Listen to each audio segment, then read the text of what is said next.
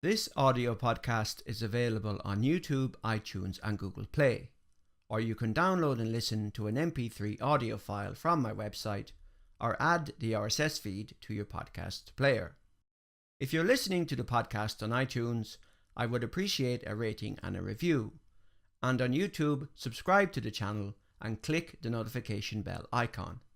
If you enjoy an episode, a like is always welcome, as are any comments or questions you may have, which you can add in the comment section below each episode. Thank you. Cheers. Although, if people don't like, they're going straight down into Davy Jones's locker, so they better click the like button.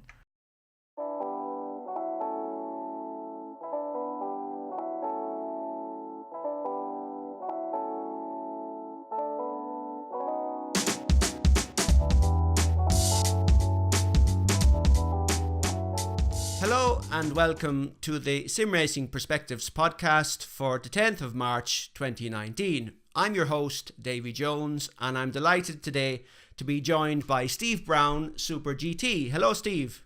Hello, Davy, and hello to all the viewers. I'm trying to think about when I first came across you. I think it was through Jimmy Broadbent, and I think Jimmy mentioned your name one time, and then I looked up your channel.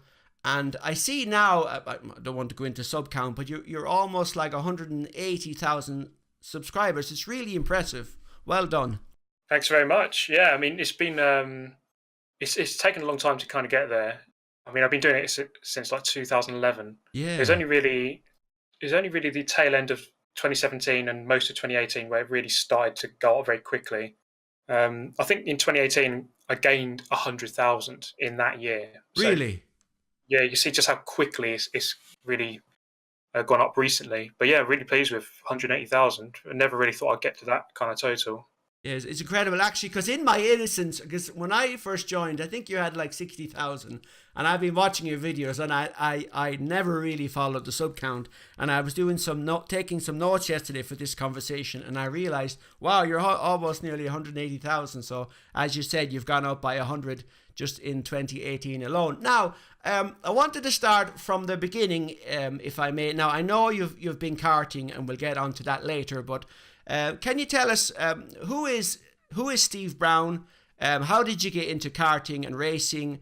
Super GT is obviously a race series, so I guess it's a common term. But why did you choose that name, and why did you then start getting into making videos for YouTube? Ooh, okay, we'll start with the name one. I think a lot of people wondered where that name came from, because a lot of people always search for that, the Japanese racing series, and they always come across my channel. So there's obviously that overlap with that. It is actually nothing to do with the series, how I got the name. It was I used to go through quite a lot of gamer tags on Xbox. I used to change it like every month or every couple of months. And there was a car, I think it was on Gran Turismo, no, not Gran Turismo, on Grand Theft Auto, called the Super GT. And I kind of just liked the look of the name. So that was my gamer tag at one point. And therefore, that was the gamer tag I had at the time of starting my YouTube channel. Yeah. So that's kind of what I went with. So it was all the same on my account, my YouTube profile and my Xbox profile was the same. So I really stopped. So why did I start YouTube? Yeah, it's a good question. I think the main reason really was it was 2011 when I started. Back then, there really wasn't much in the way of racing game content. I mean, these days it's quite a busy place. YouTube's a very busy place. There's lots of content. But back then, there really wasn't very much at all. And I thought, you know what? I'm winning some races here. I'm setting some good lap times on like Dirt 2 and 3. I was getting some world records. I thought maybe a good idea just to record this, even for me, so I can just watch back, because I quite like watching some of my stuff back sometimes. Yeah. So I thought I just started uploading, and people just began to start watching it. There was actually quite decent views, so I just kind of continued.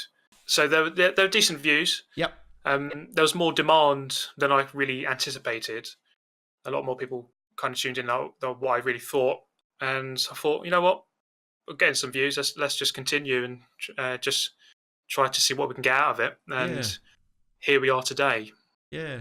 So kind of organic in a way, and I think that's the same for many. Even with Jimmy Broadbent and Gamer Muscle, it's kind of, well, okay, well, I like games, let's do some recordings. And even myself, my channel's tiny, but it was the same for me. It's recording some gameplay and putting it up. And I noticed now on your channel is mostly a PlayStation and Xbox, I guess, is Gran Turismo Sport and Forza 7. Are those the games you prefer, and is that where most of your views are? Yep. So yeah, that's definitely where the most of the views are. And it is what I prefer to play. I do like with the console games, just how kind of easy and accessible they are. Yeah. So with sim racing, let's take iRacing for an example. I mean, I love doing an iRace.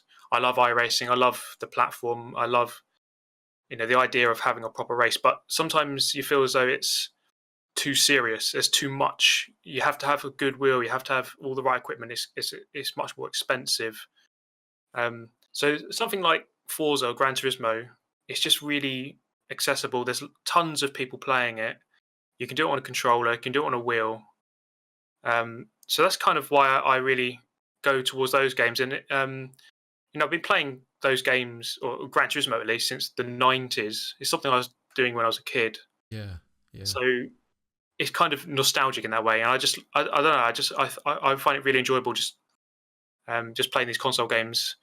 But having said that, yeah, I have kind of branched out a little bit more. Got a nice sim rig setup, and I will be kind of branching out more into sim racing. Yeah. So I think over time you kind of have to diversify or move on a little bit, you could say. Trying to keep your finger on the pulse, so to speak. Yeah. Yeah, exactly. And making videos on the same game. Like Forza 7 and Gran Turismo being out for like 18 months now, it can get a little bit tricky to kind of keep thinking of something fresh all the time. So maybe just branching out into iRacing. I mean, iRacing, there's a plethora of possible content. There's so many series you can do. There's just endless possibilities with that kind of simulation. So in that sense, it would just make it easier for content creation. But yeah, I typically go with the console games normally. And I noticed many guys who have, for example, high spec rigs and play iRacing. Oftentimes, like one guy, Chris Hay, was noticing that he kept his PS4, and sometimes he'll just sit on the sofa and boot up the PS4 because it just works. And from my point of view, whether you're playing on a PS4 or iRacing with a motion rig, it's all racing at the end of the day, and it's all gaming, and as long as you can get things working and enjoy it, that's the most important thing. Now, I don't really play a Gran Turismo Sport. I'm kind of fascinated. In terms of the content on your channel, is it mostly live streams you do, and then it's kind of clips of the live streams which comprise the 15 or 20 minute videos? The videos from the live stream. So I do a live stream maybe 2 or 3 times a week normally, and then that becomes a video in its own right. Normally it's 3 or 4 videos a week. It varies, of course, but normally the videos are just sort of set apart from the live streams. They're kind of different, and they're just normally of like the FIA series races or the daily races that you get on the game. And normally, they don't really cross over from each other too much. Yeah. And I wanted to ask you about that. I made a note on that. When Gran Turismo Sport was announced, there was obviously the Gran Turismo 5 and 6, and people were waiting for the next Gran Turismo, and then it was Gran Turismo Sport. And then there was this FIA licensing thing. Are you part of that, and how has that worked out? Because I haven't followed that really. Well, I mean, I play the game. I wouldn't say I'm like really part of it. I've not really had any communication with Polyphony Digital in any way, or FIA. I just play the game really. Yeah.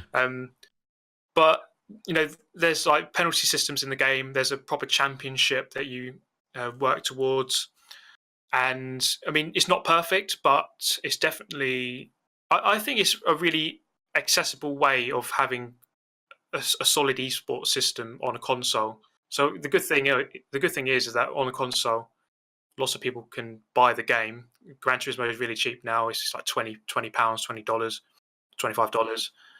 I think they've got about 7 million players. So the fact that you can get that many people into sort of an FIA proper series where there's proper rules, and you can have some proper racing. I think that's a really good idea, actually. And on the most part, it has worked. I mean, there are problems, like the penalty system doesn't always capture everything correctly, and not all of the cars are balanced. So there are issues, but I think it's a good direction that they've taken, and it's something that not many other games are quite doing, certainly not to that level, at least. The FIA licensing system, the ranking system, it's also a way of cleaning up the online races. So when you go to play online in GT Sport on the PS4, you don't go out on the track and get rammed. They're trying to clean it up to make the online racing more attractive, shall I say? Yeah, it's done quite well, to be honest, because I mean, there are still rammers, but the thing is, if you're going to start ramming people off and be a dirty driver in general, your rating's going to go down, and you're just going to get matched up with other people who do that. Exactly. So if you're a clean driver, okay, you might get caught up in a couple of incidents, but over time, if you put some time into it, your rating will go up, and then you'll get matched up with cleaner people. So it's just a way of separating cleaner people from less clean people, and it works. I recently made a second profile, so I had to start from the bottom, and it's a massive difference when you're lowly rated. You really do want to get out of those lower ratings as quickly as possible, just by racing clean. Just the main thing, I think, really is just to race clean. Forget about the result. Just avoid everyone. Yeah, be consistent. Yeah, be consistent. Avoid incidents. Then you'll find your way out of those lower ratings, and then you can have some proper clean racing then. Yeah, and it's what, indeed, you mentioned iRacing earlier. It's what's the basis of iRacing. You see people doing like iRacing streams, and they're trying to improve their iRating. So that's the core of the iRacing thing, because basically if you don't rank up, you don't license up in a way, you can't drive in this series that you want to, because it's based on classes. Now, I noticed you have reference to and forgive my innocence in this part, the return of the Ram Shadow. What's the Ram Shadow, might I ask? Okay, yeah. So Ram Shadow is just what I mentioned there, the second profile that I have. So, okay, yeah. So I made a second account, mainly. So the reason I did that was to preserve my ratings on my main account. So when I'm just doing silly races, my ratings are going down. So I thought, okay, I'll start a second account so I can do all the silly races on that. And I just named him Ram Shadow. Of course, we have the Shadow Realm joke meme. You don't want to get sent to the Shadow Realm by getting rammed off. Yes. And following on from the theme of F4H, so I'm part of Team F4H, or I was. They've kind of dissolved now, but I went for R4M. It follows the same format, and we called it Ram for Money. It's just a really silly joke, basically. Yeah, among the community, yeah. Yeah, it's just a silly little joke, and obviously I'm not trying to ram people off. It's just it's a joke, a bit of humour, really. Yeah. And I watched you driving Bathurst in Australia, and also Bathurst at night. And I think in any game, it's quite trying to climb the mountain is difficult. And I noticed that you mentioned you were trying to learn the track, and it's quite difficult. Yeah, I mean, it's possibly one of the tracks I've struggled with the most. I normally look at my lap times compared to the top guys around any track, and I'm normally within a second. I'm happy with that. But around Mount Panorama, I was always 2 seconds off, so I couldn't really figure out why. Yeah, I felt as I was kind of over driving the track, just trying to push too much, and it doesn't really reward you. So that's a track that I definitely really had to, or still have to, put a lot of time into to really try to get within that sort of 1 second buffer zone that I like to get within. Yeah, and it's a very difficult track to drive fast, and especially at night when you're driving amongst a pack of cars. I noticed a news item recently that GT Sport are going to add a fantasy F1 car. I see is coming in the next update or so. Yeah, is it the Super Formula car? Yeah, I think it's a real car. I think it's a real series. We don't get too many single-seater cars in the game, so it's quite a cool addition, actually. Yeah, and free too, I believe. Yeah, so all the additions to the game are free. Yeah, and it's a weird one because most of the cars that get added are added as part of a monthly update. We've just had that last week, or this week. So this one's kind of separate from that. But I mean, we always welcome extra cars, and especially if it's like a proper racing car like this one. So it's a cool update. Yeah, so Kaz and Polyphony in Japan have been very busy, which is really cool. And then I want to talk about on the other side, you have Turn 10 on the Xbox and Forza 7 and Forza Horizon. So I guess you go between GT Sport and Forza 7. Do you have a favorite on either platform? If you were to go and play for leisure, would you pick up GT Sport or would you pick up Forza? I guess they're very different in their own way, but do you have a preference? Yeah, they are slightly different. I mean, the preference for me is these days it is Gran Turismo. I mean, I'm not afraid to admit that. Yeah. That I do prefer that. I mean, I built the audience largely on Forza, although recently I have done a lot more Gran Turismo. I would typically go to Gran Turismo to have more fun on it. I think the Gran Turismo it feels more like a motorsport or a racing game. It really focuses on the racing, where Forza, it focuses a little bit maybe too much on the cars. It is all about the cars, I think, which is, I mean, there's nothing wrong with cars. It's just that I'm very much a racer and I love racing. So anywhere where you can have a proper race, that's where you'll typically find me. And I think Gran Turismo just does that a little bit better.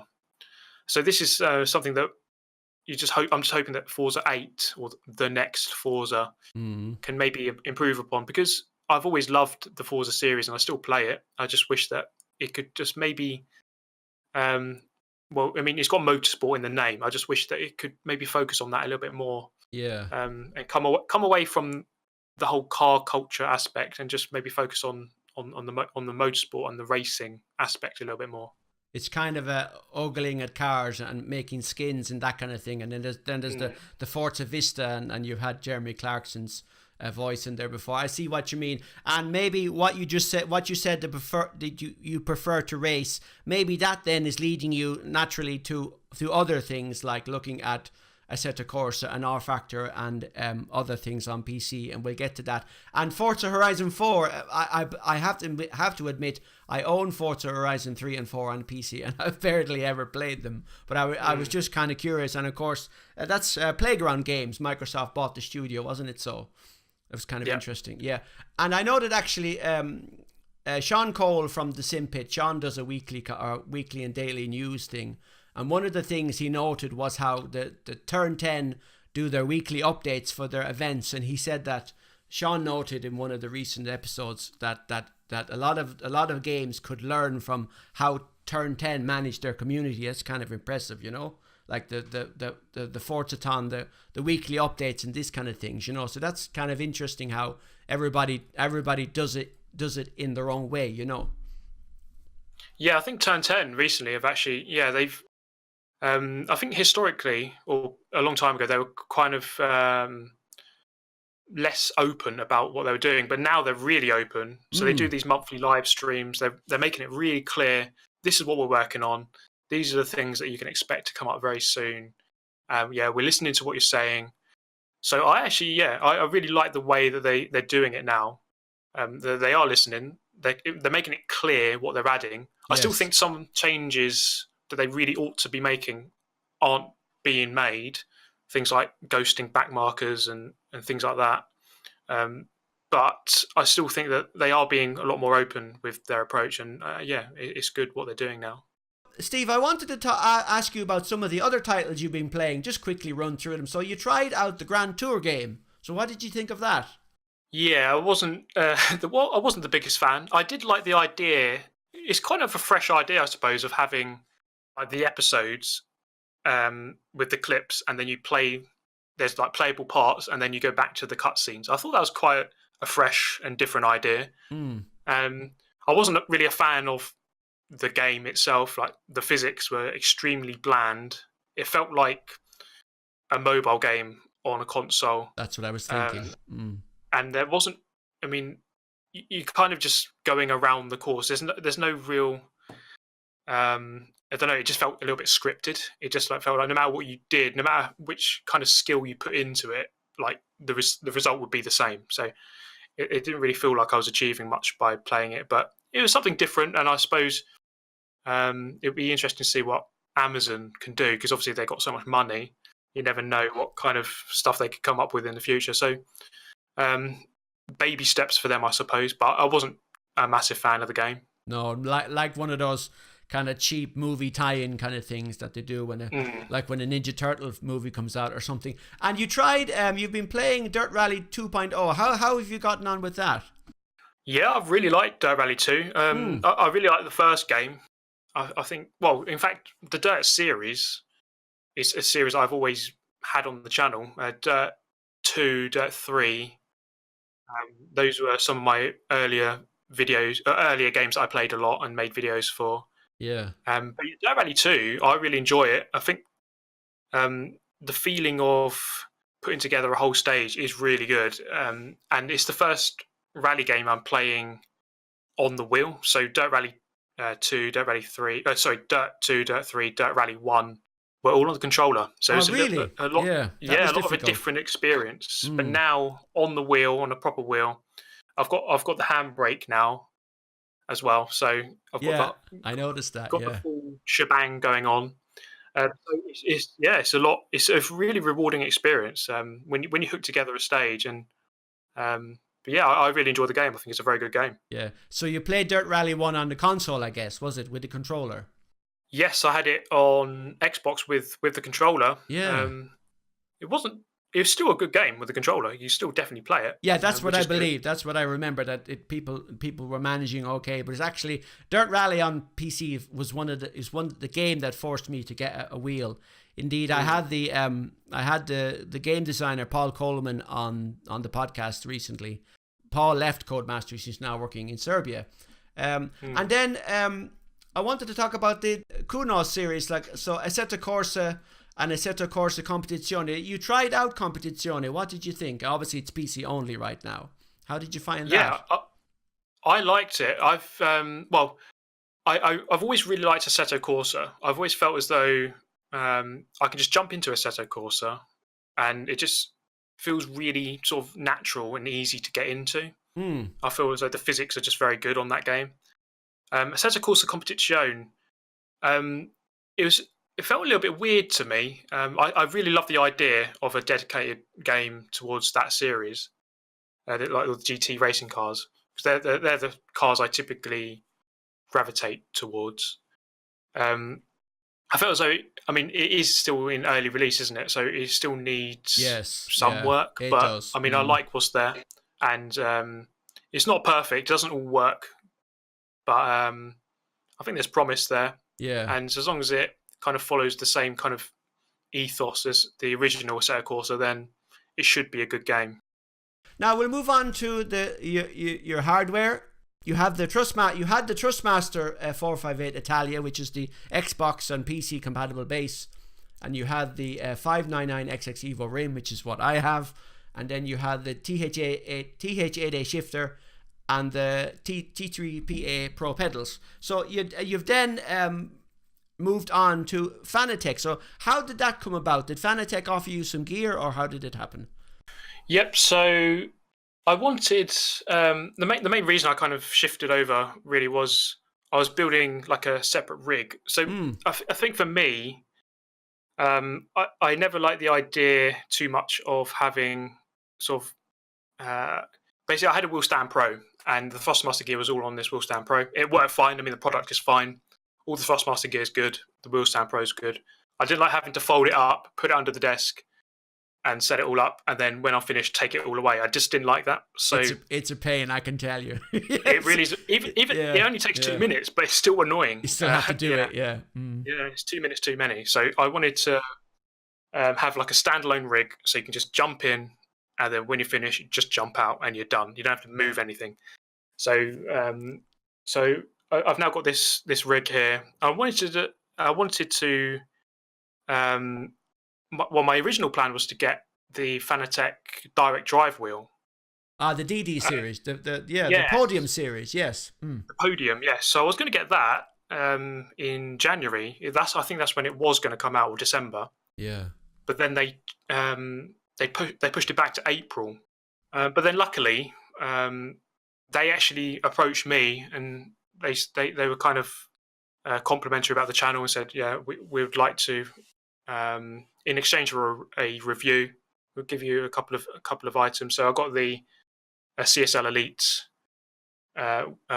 base with the CSL Elite pedals and the Loadcell. Yeah. So I got a couple of bits from them. I bought a couple of rims, so the McLaren one and the Formula gold edition one. Yes. Limited edition one. Yes, I noticed that. So I bought a couple of rims as well. And then, of course, bought the whole rig itself. So the SimLab rig with the Sparko seat, and yeah, got all of that. But yeah, I think the main reason was really Fanatec kind of approached me. But luckily, I was going to just buy the DD wheel, but then it kind of got pushed back. They asked me, but yeah, they kind of just handed it over in exchange for a review. I was kind of happy to do that. And fair play to for Fanatec for reaching out. I think it's a great idea. Because I noticed you transitioned from Thrustmaster to Fanatec, and indeed Thrustmaster have this TGT wheel with this additional transducer in the back, which is like for Gran Turismo Sport only. Logitech had the Driving Force GT, that was the PlayStation wheel, and now it's Thrustmaster, and Thrustmaster launched this TSPC Racer base, which is what I have. But Thrustmaster took the elements of that and they made an official Gran Turismo licensed wheel with an additional kind of transducer on the back for extra effects, which only works with Gran Turismo Sport. And I feel that perhaps Thrustmaster should have reached out for you as a major player of Gran Turismo Sport. So well done to Fanatec for jumping in there, you know. Yeah, I mean, they've done well. I suppose just to, well, I do wonder because I've got the big audience, but the thing the Fanatec didn't like or weren't happy about maybe was that before I was doing the live streams on Gran Turismo, I didn't have anything in view. The thing they wanted really was to have the wheel like in the webcam so that they could actually see it, so the viewers could actually see it, which is what I wasn't doing. They jumped in and I've got it in the view, but I was going to do that anyway because it kind of makes sense. But yeah, Thrustmaster, I mean, I'm more than happy with the products I use from them as well. So I used to have the TX wheel with quite a lot of the rims, and they all work just fine for me. Yeah. I think the main thing really is the pedals. Yes. I've always felt that the most important aspect of the whole setup is the pedals, especially the brake pedal. And I do think that the Loadcell from Fanatec is better than the T3 PA Pro. Yes. So even though everything else I think is very comparable and very similar, I just think that pedal is a massive feature for me, and I really need all the sensitivity I can get, and that Fanatec pedal gives me that. So I'm happy with it. And indeed, it's what everybody says. Everybody says no matter what you get, like many people have, let's say they might have a Logitech base or a Thrustmaster base, and then they've got a Fanatec pedal set. Rather than having a potentiometer based pedal, it's the Loadcell. And I noticed in your video, you got the... I find the Fanatec system is very customizable, but it seems to be quite perhaps complex in a way. I noticed you got the pedals, and then you got this Loadcell kit that you kind of added on, and you had to put in these kind of rubber bushings. So how long did it take you to get it as you get the pedal to how it felt right? You know, did it take a lot of tweaking around to get it ready, or how did it go? It didn't take too long, actually. It wasn't too bad. I think the main thing with the whole sim rig was just putting together the sim rig, as in the sim lab part of it, the framework. That was the hard part. But in terms of, I mean, I suppose most sim racers will know that, they will know that you really do have to tweak the settings quite a lot to... Indeed you do, yeah. Because it's not like a console game where you just plug it in and it works. You really do have to play about with it a lot. So I think the main thing was setting up the force feedback, that kind of thing, and degrees of rotation, which the Fanatec wheel does quite well. There's a little button that you can just press, and there's a little screen. You can change everything quite quickly. Yeah, I noticed that, So it wasn't too bad. It didn't take too long. Yeah. There's a little spanner button on the wheelbase, and then you have this LEDs on the rim, and it works for some games, but not for all. And the rev lights on the base. It's very, very impressive, actually. I like that. Looks very nice. Yeah, I mean, it's a good piece of kit. It works for me. It works just fine. But yeah, it doesn't. It's not compatible with everything. So not everything works, as you say. Like the rev lights don't always work on every game. Yeah. The gear counter doesn't work on every game, or you might have to tweak it a little bit. But I mean, for me, it's fine. Just playing Gran Turismo, branching out into iRacing and other sims from time to time. It works just fine. So I'm happy with it. Yeah, and that McLaren rim is a beauty, and I noticed that was very interesting. The fact that you have to, I noticed from your review that you had to screw on the wheel if you didn't buy the additional quick release, which again you pay extra for that. I don't know why, but they have it that way. So you screw on the wheel if you want to change the rim, you have to screw it on, or you pay extra for the quick release. Sort of a negative for me, but in the positive way that the McLaren rim was for Xbox, so you put the McLaren Xbox compatible rim on the PS4 base and you were able to play Forza on the Xbox. That was kind of fascinating. Did you figure that out by accident, or how did you find that out?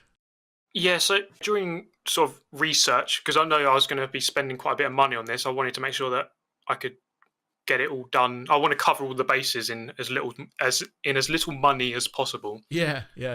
So it turns out that I was watching a couple of Fanatec videos, and I think with how do I describe this? With the PS4 games, it's all about the wheel base. So as long as you've got a PS4 wheel base, you can put any rim on it. But with Xbox games, it's about the rim. So you just need an Xbox rim, and then you can play on Xbox.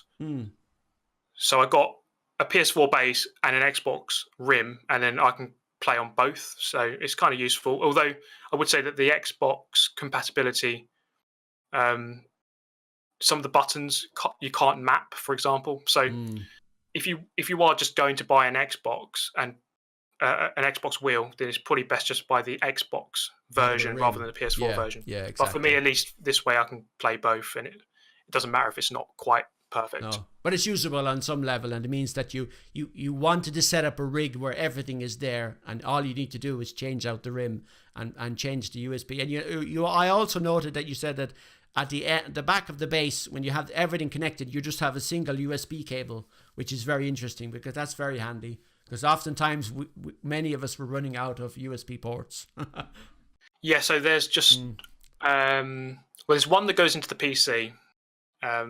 So all of the pedals, the handbrake, shifter, that all goes into the back of the wheel base, and then you've got one coming out, going to your PC, and then one going back to the PC. I've got two because I have to change it between PC and PlayStation. Yes. So I've got two, but I mean, if you're just on PS4, or if you're just on PC, then you'll just have one wire coming out. Yeah, exactly. And it's kind of confusing, actually. I'm on Thrustmaster. When the TSPC Racer base has a connector to plug in the TH8A shifter into the base, and I thought I would be able to have just one USB cable in the PC, but that's only if you're using the shifter in sequential mode. That can be kind of confusing. And then funny, I watched your review of Fanatec, and then I was thinking how the Fanatec shifter is nice because with the Thrustmaster you have to screw off the top and replace it to go from H pattern to sequential. And I was thinking how the Fanatec shifter, it's more expensive, of course. It has a button. It's just a button you press to change from sequential to H pattern. And then you tweeted, you came back from Italy, and and they had sent you the shifter and the handbrake. So I thought that was cool. Yeah. So there is just like a little slider that you just push. It takes half a second, so it's quite easy in that respect. But I mean, Thrustmaster and Fanatec, I think both of them bring out very good products. I think you can't go wrong with either, really. I think they're both. I mean, I've had the shifter. I know what you mean. You have to unscrew it. It takes a little bit longer. I think Fanatec typically a little bit more expensive, but I do think that brings about a little bit more refinement and just ease of use, like you say, like this little switch rather than having to unscrew it. So it's just little things like that. Small things, indeed, yeah. I mean, but I think for anyone watching, I mean, if you're stuck between the two, I think both bring out good products. But for me, I think, as I said earlier, the Loadcell pedal for Fanatec, I would really recommend a good pedal Yeah. I mean, that's just my personal preference, but Yeah. I think the pedals are the most important thing. And have you found it helps your driving, like when you're hitting the brake points on the apexes? Have you found it's improved your lap times in some way? The improved pedal set. Oh, absolutely. It's hard to say exactly how much is down to the pedals because on Gran Turismo, I'm definitely quicker now than I was on the controller. Like 100%, I'm definitely quicker. Yeah. I think most of that is down to just the smoothness. So you can, on a controller, of course, you're kind of tap steering, and it's not particularly accurate, and it's not good for tire wear. With a wheel, you can just hold it at an angle and just glide through the turn a lot easier. And of course, on the pedals, you can. I mean, braking isn't too different, but I think it's the throttling. So on the exit of the turns, you can really just hold it more progressively. Yeah. And it's harder to do that with the buttons on the controller. But overall, definitely quicker on a wheel with the pedals. I think all of it has helped the steering, the pedals, and everything really. There's more finesse basically in your inputs overall. Exactly. Yeah. And you have a 40-inch TV. Actually, you mentioned that it works well for you. Actually, I agree. The 40-inch TV you had looks lovely. Actually, mounted on the rig, and indeed. Coming back to the Fanatec shifter, that like you pay more, but it's the ability to press the button rather than having to change the cover. And then back to the Wheel Stand Pro, which is what I have. It only takes a couple of minutes to move it into place or fold it, but you still have to do it. And like you said, when you have the rig, you just get into the rig and you get out of the rig, and then you're done. So. And then you move over then to you have your PC with 3 screens, and then you have your rig. So you're either in the rig or you're working on the PC. Yeah, I mean, it's just a case of I don't know if I'm lazy, but it's just, even though it only used to take 2 minutes. I'd have the wheel behind me. It's folded up. You just unfold it, plug everything in, and move the screens. It takes a couple of minutes. It's not that long, but it's just. I don't know. I just couldn't be bothered. I just could not be bothered to do it. So I thought, right, I just want a dedicated rig. It's just so much easier. It looks better. It looks lovely. I have to say, it looks very impressive. I must say, yeah. I'm really happy with it, and I think it is better because of the driving position that you can create. Yeah, I've got a racing seat. You can slide it back and forwards. Everything's solid, doesn't move. Yeah. So in that respect, it is a lot of money, but yes, I mean, it's my job now, so I suppose it's worth paying. In the SimLabs rig you have, are you sitting in GT position, GT style? I suppose you are primarily. Yeah. So it's more like like in a single seater car, you kind of are more laying down, aren't you? So your feet are quite high up. Yeah. But I sit in quite more of like a GT kind of position. Yeah.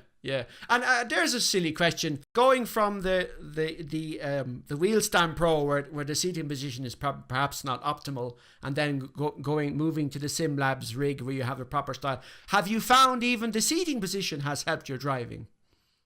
Yeah, I think so. I think anything that makes you more immersed will improve how you drive. I think you just don't want any distractions when you're racing. You don't want, you don't want to be going down the straight somewhere and think, oh God, I'm so uncomfortable, or my foot isn't quite reaching, or the pedals are moving a bit, or anything like that is suboptimal. So you don't want any of that. But yeah, I mean, it's really comfortable. I've been doing live streams for like 4 hours, sat in there. Yeah. By the 4th hour, I'm fine. And, no problem at all with the Sparko seat. Yeah. I know what you mentioned, and of course because you don't have the Wheel Stand Pro, you don't have the big bar, the upright in the middle. So that is that was an issue. That was an issue because I mean, if you're just using 2 pedals, brake, accelerator, it's not too bad. But if you want to start towing, using and crossing your feet over things like that, left foot braking, whatever, you don't want that obstruction. So that's an improvement. Yeah, definitely. Yeah. Back to the beginning. You started kart racing at the age of 10, was it so? Yeah. So I think one of the reasons I'm so interested in motorsport or racing is, well, my dad's a lorry driver. I used to always kind of like big vehicles. I used to love vehicles, and I used to live very close to Buckmore Park kart circuit. So Yes. it's one of the best or biggest kart circuits in England. So I used to drive past it a lot, or my dad used to drive past it, and I'm in the car. And yeah, just always wanted to go. I always wanted to have a go, and I did when I was 10. So that's when it all started, really. So I've always had a passion for gaming and racing. In fact, I was playing racing games before I started karting. Yeah. My first game was like V Rally on PlayStation 1. Yes. That was probably about 3 years before I started karting. Yeah. So I think I've always had a passion or a love for cars, for racing, for motorsport. But karting kind of took that to another level, and just doing it for real, you can really appreciate just how difficult racing is, because I'm not sure that everyone always appreciates just how difficult it can be. Moving at speed like that, yeah. Yeah, it's difficult, and I think there's always there's maybe a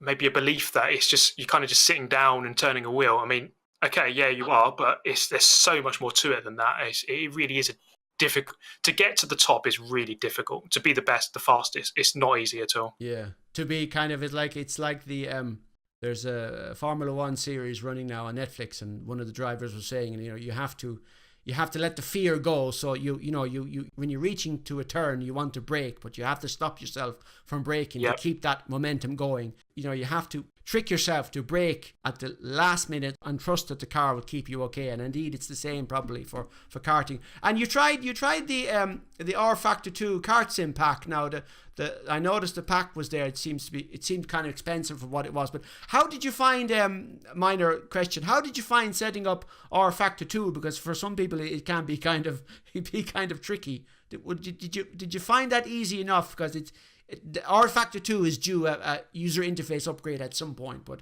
how did you find the setup there? Like moving, for example, from console to PC. Yeah, it wasn't the easiest thing. No, it's not. No. I suppose like we've made these comparisons earlier in the stream that console games are kind of for everyone. They make it a lot more easy. With the sims on PC, it's more people really into it. But it wasn't the easiest thing. But I got through it eventually. Yeah. And it's a weird thing with sims. With simulators, I think because I've done karting, I think sims are actually harder. I actually think sim racing becomes harder in a way.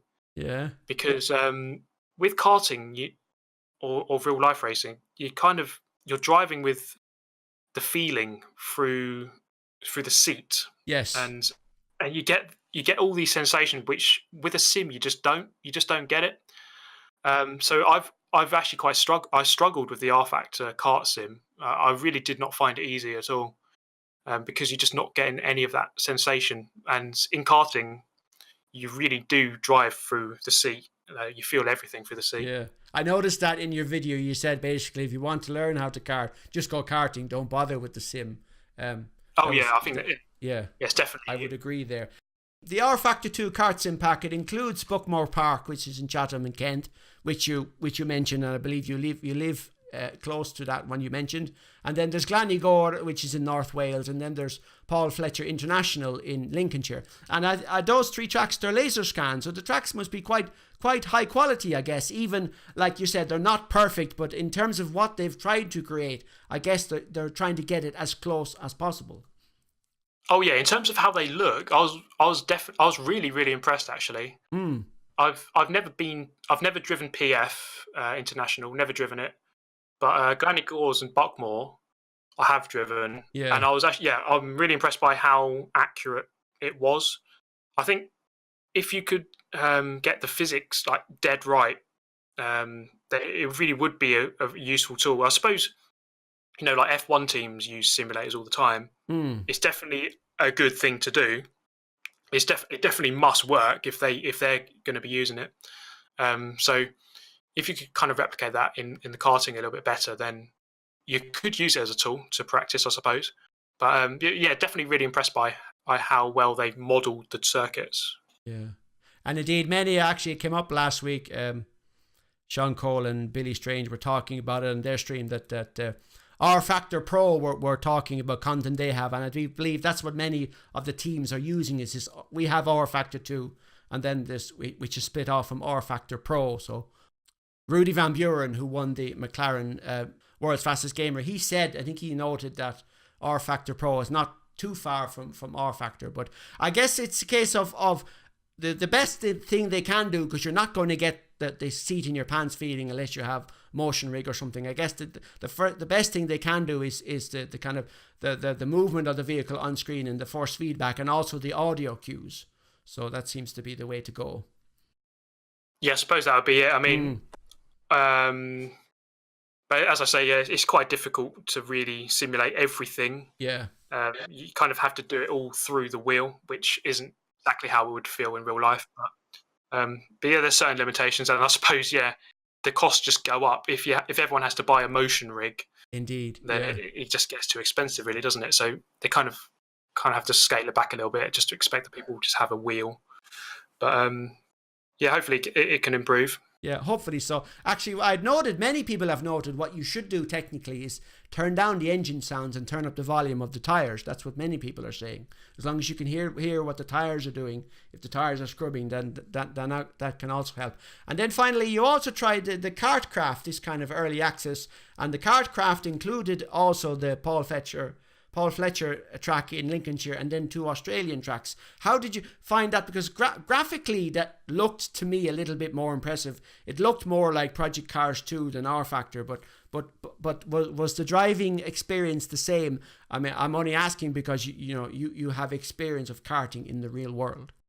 Yeah, I actually was really impressed by Carcraft. Again, it's still difficult because you're not getting the seat of the pants sensation. Yeah, but I could really see things that work in real life were working on the sim, which I was impressed about. It's kind of hard. It's still not the same. Like driving a kart for real is still not the same as driving in Kartcraft. But things were carrying over, so it's an improvement, I think, on the RFactor kart sim. At least I felt it was a better version. The graphics were good. The modelling of the tracks was good as well. The sound was really good. I was impressed by that. You said that, and it looked pretty. So I thought. Yeah, so there's promise, I think, with Carcraft. I'm interested to see how that develops. Yeah, and then you had a clip of a replay in your video of Carcraft, and there was a chain swinging around, so that was kind of interesting. Yeah, so there's little graphic things that might need to be improved, but it's a very small team. I think it's like 1 or 2 guys, isn't it, working on that? Yes, I believe so. It's impressive what they've achieved. Yeah, very impressive. A very, very small team. Even like Kunos in Italy have achieved a lot, and then there are like 20 or 30 guys, but then again, then you're down to 2 or 3 guys. So, and then a final question, and we'll talk about your other channel. For example, many people who drive Forza or Gran Turismo, and maybe they might drive it in chase cam view, has moving to a wheel and then the rig, has it made you drive more in HUD cam view or in cockpit view, or do you still go between all the different views? Even, for example, like, would you choose to drive chase cam even with a wheel? Or I guess my question is, has it changed your driving style, changing your hardware? Yes, yeah, definitely. So with Forza, I haven't changed because I'm still on the controller. I think the controller is the best for that, so I'm still using chase cam. But with Gran Turismo, so I used to use a controller with chase cam, but now with the wheel, I've gone for hood cam or roof cam, I think it actually is. Yeah. So yeah, definitely you have to change. I think you kind of just need to feel connected to the car. Yes. As much as possible. And a wheel with chase cam, I don't know, I just could not get that connection. I've tried it. I did try it. But I just couldn't really feel the car properly. With the hood view, I got that a little bit better. With the cockpit view, I could get it just fine as well. Problem with the cockpit view is that the visibility is really quite bad, so you can't see very much at all. And I think you are a bit of a disadvantage because you just can't see as much. I was speaking to some of the top players on Gran Turismo who are at the World Finals, and they're saying that basically 99% of people are using either the bumper cam, so right at the front of the car, or the hood/roof cam. So basically everyone uses one of those two views, and then not many people use anything else. So I think that is the way to go with a wheel on that game. And it's a big discussion point. For example, like field of view and like I in all the games I play only on PC. Like I'm tweaking things all the time. You know, the field of view. What should your value be? And then I have this head tracking thing for which most people don't agree with, but it basically comes down to what you said, trying to feel as immersed as possible and trying to see as much of the track as possible. And if you're in cockpit view and you can't adjust it accordingly, or you can't feel that you're seeing the track or feeling the track, then obviously the HUD cam or the roof cam is obviously the best way to go. So end of the day.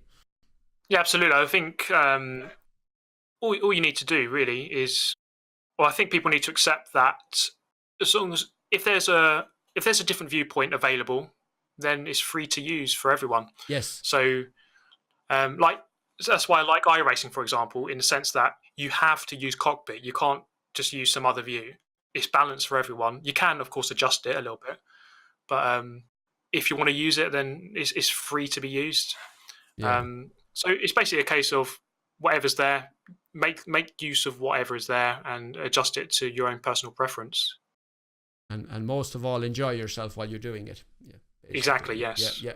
And finally, then you have a second channel I noticed, which is kind of interesting, where you've shown your kart racing. So you've been racing Club 100 karting at Buckmore Park, which we mentioned, and I guess you're using a GoPro mounted on your helmet. How have you found that? That's kind of interesting. Yeah. So I have GoPro camera. It wraps around the sort of the chin part of the helmet. So it's basically one of those. It's called a vented cycling mount, which you normally use for one of those a cycling helmet. So it just kind of wraps around, and you wrap it around onto itself.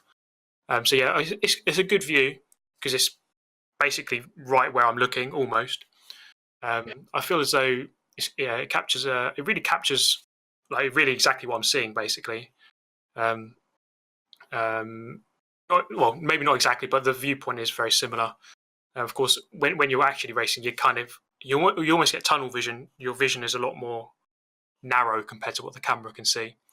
But yeah, I'm pleased with how the videos on that channel kind of turned out. I think the views are kind of good for what that kind of content is. Indeed, yeah. And but yeah, happy with that. And I guess you're kind of invariably you're driving, you kind of forget the camera's there because you're focusing on what's driving, and whatever you capture is what you capture, I guess. So, but basically what you're doing is you're capturing the essence of the track. Because, and I could see, I looked at the Buckmore Park footage from the kart sim and also from Carcraft, and then you had the live action of the actual track, and I recognized the layout of the track, which was kind of interesting.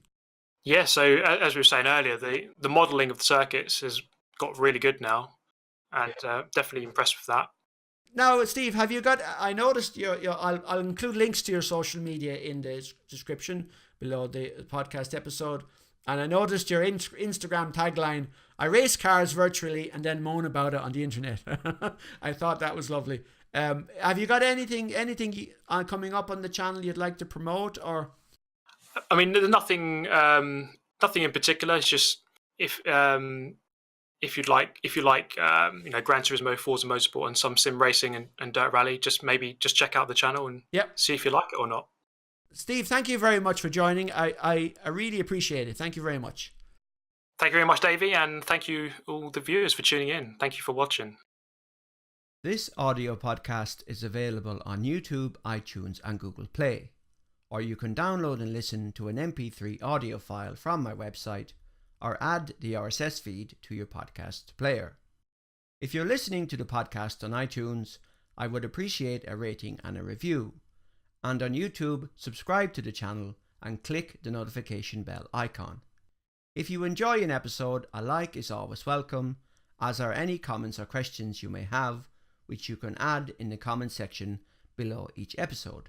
Thank you. Is that the outro music? Do do do do do do do.